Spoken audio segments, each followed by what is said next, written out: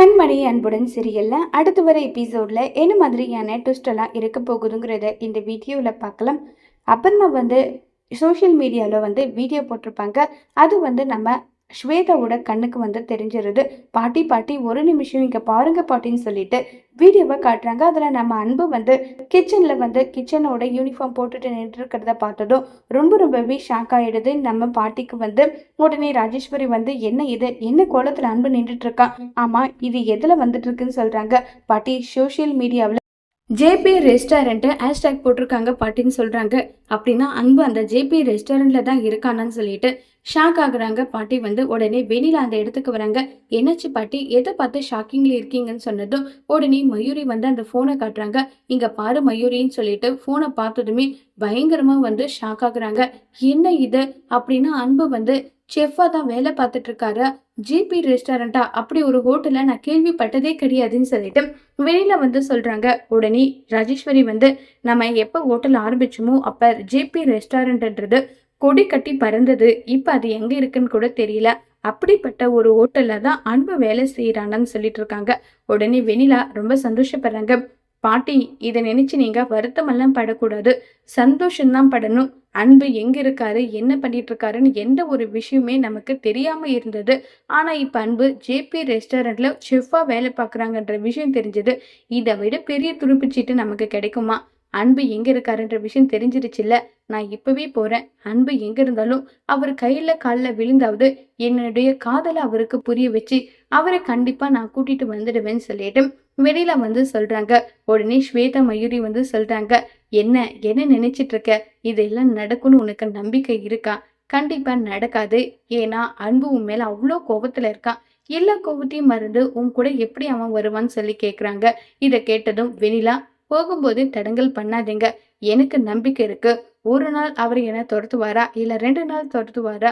அவர் மேல இருக்கிற என்னுடைய அன்பு பாசத்தை அவருக்கு நான் புரிய வச்சுட்டா தன்னால அன்பு என் பக்கம் வந்துடுவாரு, அந்த நம்பிக்கை எனக்கு இருக்குன்னு சொல்லிட்டு வெண்ணிலா அங்கிருந்து கிளம்பி போறாங்க.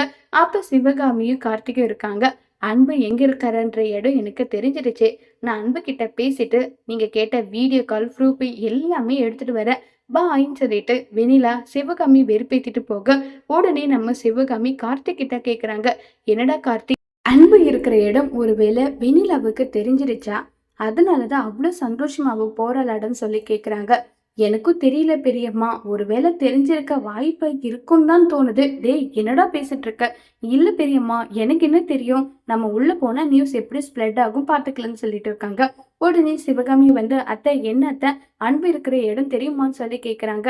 ஆமா தெரியும், இங்க பாரு, உன் புள்ள எப்படிப்பட்ட வேலையை பண்ணி என் பேரு மானம் மரியாதை எல்லாமே காதுல பறக்க விட்டுட்டு இருக்கான்னு சொல்லிட்டு செவ்வா நம்ம அன்பு வீடியோ போட்டிருக்கிற விஷயத்த பார்த்துட்டு தான் வெளியில அன்பு எங்க இருக்காங்கன்ற விஷயத்த நோட் பண்ணிட்டு போயிருக்காங்கன்றத கார்த்திக்கும் சிவகாமியும் புரிஞ்சுக்கிறாங்க. உடனே இப்ப கார்த்திக் போன் பண்றாங்க அன்புக்கு. அன்பு போன் அட்டன் பண்ணி சொல்லுடா கார்த்திக் சொல்லிட்டு கேக்குறாங்க.